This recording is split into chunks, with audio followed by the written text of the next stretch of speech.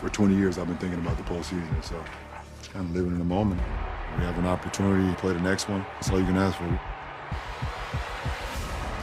They ain't beating Oklahoma City, not with Shea Butter coming to town. It's different. We're not satisfied with just one championship. I live for this moment. LeBron is money. SGA delivers. The Lakers will take on the reigning NBA champs, the Thunder, in the semifinals. The Thunder swept the regular season matchup against the Lakers. However, the Lakers have won 7 of their last 9 playoff series against defending champions. Here's J.J. Redick with high praise for OKC. The Thunder are one of the greatest teams ever in NBA history. That's just the reality. They're that good. I think our guys recognize that and respect that, and we know what kind of task we have in front of us. All right, one of the greatest teams that he's seen would LBJ, LeBron James, end the GOAT combo if the Lakers can get past the Thunder, meaning they win the series and they go to the Western Conference Finals. What do you think, Stephen A.? Well, what do I think about what? What do you ask? You know what she's asking. Conversation. You knew what I was asking. You know what she's asking. There's nothing that's going to change this conversation. Let's understand right now, LeBron already holds GOAT status in one category. We have never seen anybody this great this long. I was listening to Jay Billis on the weekend on Sirius XM. He was being interviewed on NBA radio, and he said that LeBron might be the greatest athlete, 40-plus years of age, he's ever seen. I agree with that. He's in his 23rd season. Somebody this great, this long, you got to look at Djokovic. You got to look at Serena Williams. You got to look at other people in different sports. There's nobody that's been this great this long. It's just that simple. He's phenomenal. And I think that the real credit, whether it's credit to him or shame to others, somebody needs to explain why this dude at age 41 is still in better shape than 95% of the league, all of whom happen to be younger than him. You know, you got some cats in their 20s that ain't in the shape that LeBron James is. What I'm talking about cardiovascularly. Why the hell is that? What is that about? Right? I mean, again, you credit him and his commitment to excellence and greatness. But in other people, you're looking around like, well, why can't you be at least in good shape, in great shape? How come that can't be the case, okay?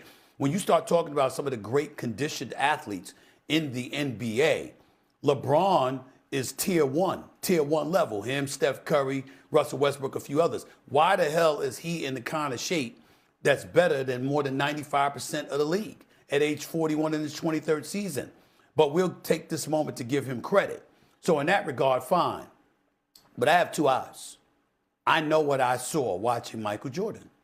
I know what I've seen watching LeBron James. And I'm telling you, there's a GOAT, and anybody that knows basketball that watched it, you understand the way that I watched it, the way that countless others have watched it. We know what the hell we saw from MJ. We know what the hell we saw from the competition going up against MJ. You know, LeBron will sit up there and beat you. Jordan snatched your heart. I mean, he made you not want to show up. You understand? It was just it's different levels to this. You understand? That Hall of Fame is special rooms, and LeBron is right there in that room with all the all-time greats like Jordan and Isaiah and Kareem and others. But I'm sorry. You know, I mean, I know what I saw. And so for me, we could go statistically and stuff like that. I'd win that argument too. But the point is, looking at it and seeing what I saw, there's nothing, I'm not, listen, other people can feel that way. I'm not here to try to convince anybody anything. I'm telling the world, you'll never convince me that LeBron is the GOAT over Michael Jordan. I know what the hell I saw, okay? And I've been watching both. I'm not moving. Anybody else can do what the hell they want. I ain't gonna change their life, but they damn sure ain't gonna change mine. That's the way it is. Well, I'm glad the producer told me I have 5 minutes in my ear so I can change your life. I need one of those minutes. There's just not one GOAT, Stephen A. You know, when I listen to you on the various shows that you're on, I'm always kind of awestruck with the level of insightfulness that you bring to the table, how smart you are with things. And then when I hear you pontificate on this one subject matter. I feel the same way about you.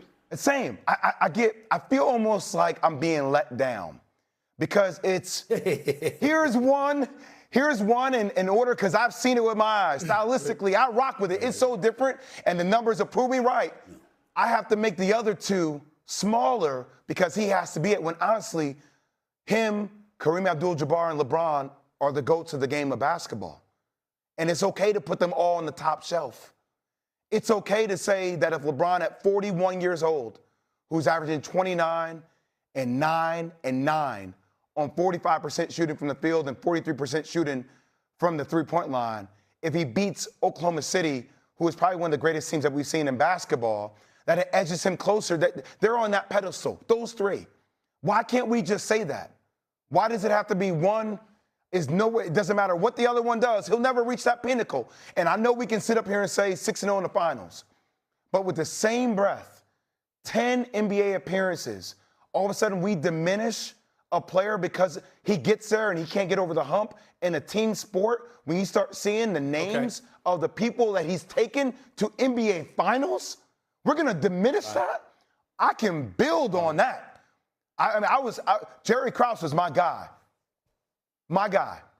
Jerry Krause and I had so many conversations about how important Scottie Pippen was to that team, about how important and what Michael Jordan wasn't able to do sometimes without Scottie being there. Right? So now we're going to sit here and then say with LeBron, with Bobby Gibson or Matthew Dellavedova, who are all concrete players. Just look at the players he's taken to the finals. Just those three. Just put them all there, all on the top shelf.